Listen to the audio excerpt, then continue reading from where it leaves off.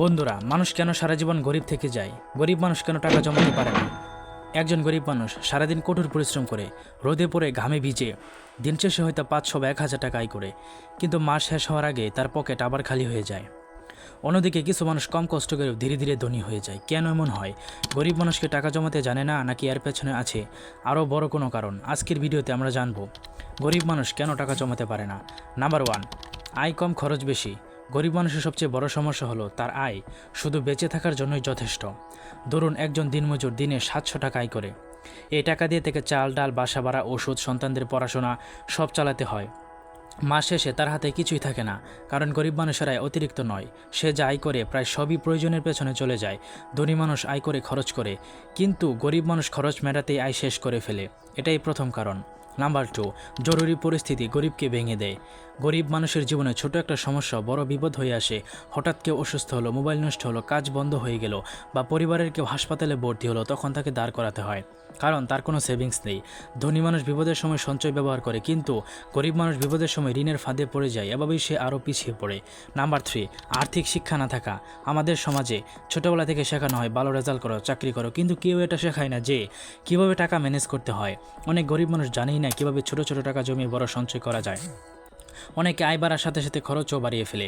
10,000 টাকা আয় করলে যেমন চলতো, 20,000 টাকা করলেও ঠিক তেমনই মাস শেষে টাকা থাকে না। কারণ কি? কারণ সমস্যা শুধু আয় না, সমস্যা হলো অর্থ ব্যবস্থাপনার অভাব। নাম্বার 3, সমাজের চাপ ও দেখানো জীবন। বর্তমান সময়ে মানুষ প্রয়োজনের চেয়ে দেখানোর জন্যই বেশি খরচ করে। নতুন মোবাইল, দামি জামা, অপ্রয়োজনীয় অনুষ্ঠান, লোক দেখানোর জন্য এখন স্ট্যাটাস হয়ে গেছে। অনেক গরিব মানুষও সমাজের চাপে এসব করতে বাধ্য হয়, কারণ সে ভয় পায় মানুষ কি বলবে। ফলে সামান্য আয় থেকেও অপ্রয়োজনীয় খরচ বাড়ে। ধনী মানুষ টাকা দিয়ে সম্পদ কেনে, গরিব মানুষ অনেক সময় টাকা দিয়ে শুধু ইমপ্রেশন কেনে। নাম্বার 5, ভুল অভ্যাস। টাকা জমাতে না পারার পেছনে কিছু খারাপ অভ্যাস দেয়, যেমন অপ্রয়োজনীয় আড্ডা, নেশা, অতিরিক্ত ফাস্ট ফুড, অনলাইন আসক্তি বা হুটহাট খরচ। প্রতিদিন 100 টাকা অপচয় করা মানে মাসে 3,000 টাকা অপচয় করা। ছোট ছোট খরচই একসময় বড় ক্ষতির কারণ হয়। যে মানুষ নিজের খরচ নিয়ন্ত্রণ করতে পারে না, সে যতই আয় করুক তার সঞ্চয় করা কঠিন হয়ে যাবেই। আপনি যদি মাসে লাখ লাখ টাকা আয় করেন, তবুও আপনার কাছে মনে হবে সঞ্চয় থাকছে না। নাম্বার 6, গরিব মানুষ আসলে অলস না। একটা কথা মনে রাখতে হবে, সব গরিব মানুষ অলস না, বরং অনেক গরিব মানুষ ধনীদের চেয়েও বেশি পরিশ্রম করে। আপনি কি আমার সাথে একমত? কমেন্টে জানান। কিন্তু তারা এমন এক চক্রে আটকে যায় যেখানে আয় কম, সুযোগ কম, শিক্ষা কম আর ঝুঁকি বেশি। তাই শুধু কঠিন পরিশ্রম করলে ধনী হওয়া যায় না, সঠিক পরিকল্পনা, দক্ষতা এবং আর্থিক জ্ঞানও প্রয়োজন। এখন এটার সমাধান কি বন্ধুরা? তাহলে কি গরিব মানুষ কখনো টাকা জমাতে পারবে না? অবশ্যই পারবে।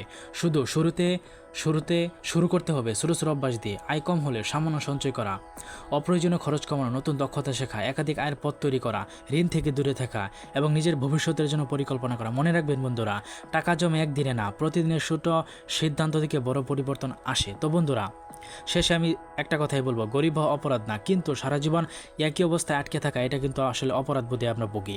এটা পরিবর্তন করা সম্ভব বন্ধুরা। আজ আপনি যে সিদ্ধান্ত নেবেন, সেটাই হয়তো আগামী 5 বছরে আপনাকে বদলে দিতে পারে, আপনার জীবন বদলে দিতে পারে। ঠিক আছে? তো বন্ধুরা, ভিডিওটি যদি ভালো লাগে লাইক দিন। আমার কথার সাথে আপনি যদি একমত হন, তাহলে অবশ্যই কমেন্টে জানান। আপনাদের বন্ধুদের মাঝে ভিডিওটি শেয়ার করে দেবেন। আপনাদের মাঝে আমি একটা প্রশ্ন ছুড়ে দিলাম, আপনার মতে মানুষ কেন টাকা জমাতে পারে না? অবশ্যই আমাকে কমেন্টে জানাবেন বন্ধুরা। এই ধরনের বাস্তবধর্মী কীভাবে ইনকাম করা যায়, কীভাবে ব্যবসা শুরু করা যায়, কীভাবে ইনকাম রিলেটেড ভিডিও পেতে অবশ্যই আমার চ্যানেলটা আপনারা সাবস্ক্রাইব করে সঙ্গে থাকবেন।